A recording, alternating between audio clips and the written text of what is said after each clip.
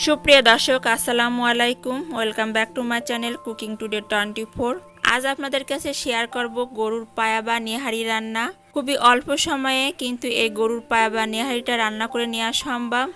তো ঝটপটভাবে এই গরুর পায়া বা নিহারিটা কীভাবে রান্না করবেন সেই রেসিপিটা এখন দেখে নেওয়া যাক।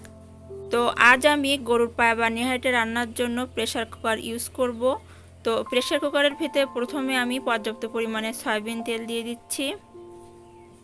এরপর এই তেলের ভিতরে 2টা আস্ত শুকনা মরিচ দিয়ে দিচ্ছি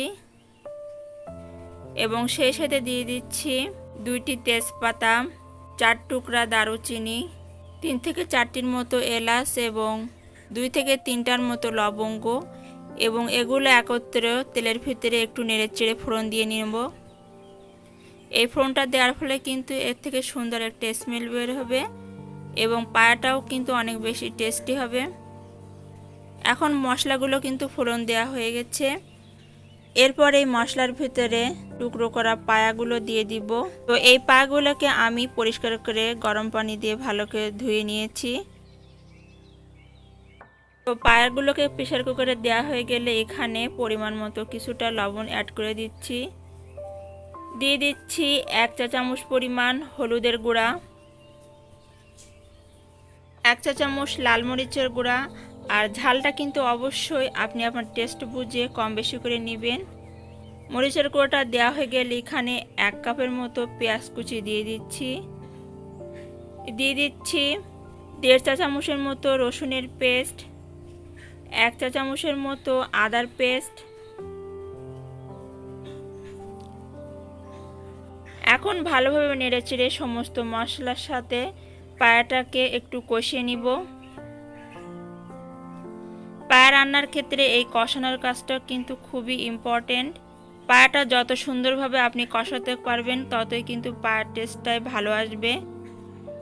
তো পায়াটাকে 8 থেকে 9 মিনিটের মতো ভালোভাবে কষিয়ে নেওয়া হয়ে গেলে এখানে পায়াটা সেদ্ধ করার জন্য পর্যাপ্ত পরিমাণে পানি অ্যাড করে দিচ্ছি।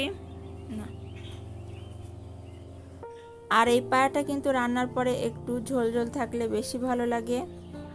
আর পায়াটা যেহেতু সেদ্ধ হতে একটু সময় লাগে, তো সেই পরিমাণে আপনারা কিন্তু অনুমান করে পানিটা দিয়ে দিবেন। তো আমি পায়াটা সেদ্ধ হওয়ার জন্য পর্যাপ্ত পরিমাণে এখানে পানি অ্যাড করে দিলাম। এরপর এই প্রেসার কুকারের ঢাকনাটা দিয়ে দিচ্ছি এবং চুলার আঁচটা মিডিয়ামে রেখে এটাকে প্রায় 1 ঘন্টার মতো সেদ্ধ করে নিব। তো প্রায় 1 ঘন্টার পরে চুলাটা বন্ধ করে দিয়েছি। এখন প্রেসার কুকারের মুখটা খুলে নিচ্ছি। তো 1 ঘন্টার মতো হয়ে গেছে আর এই পায়াটা কিন্তু অলরেডি ভালোভাবে সেদ্ধ হয়ে গেছে আর ঝোলটাও কিন্তু আগের থেকে অনেকটাই কমে এসেছে।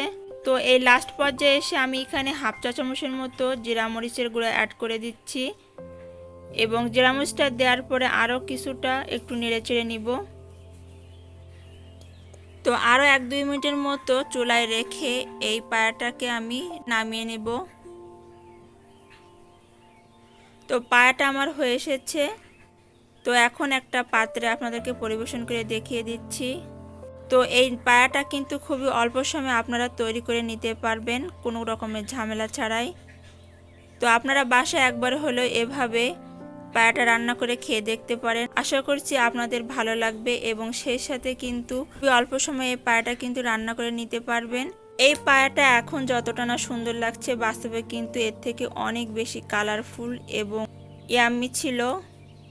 তো আপনারা যখন বাসায় নিহারি বা পায়া রান্না করবেন অবশ্যই এভাবে একবার ট্রাই করে খেয়ে দেখতে পারেন।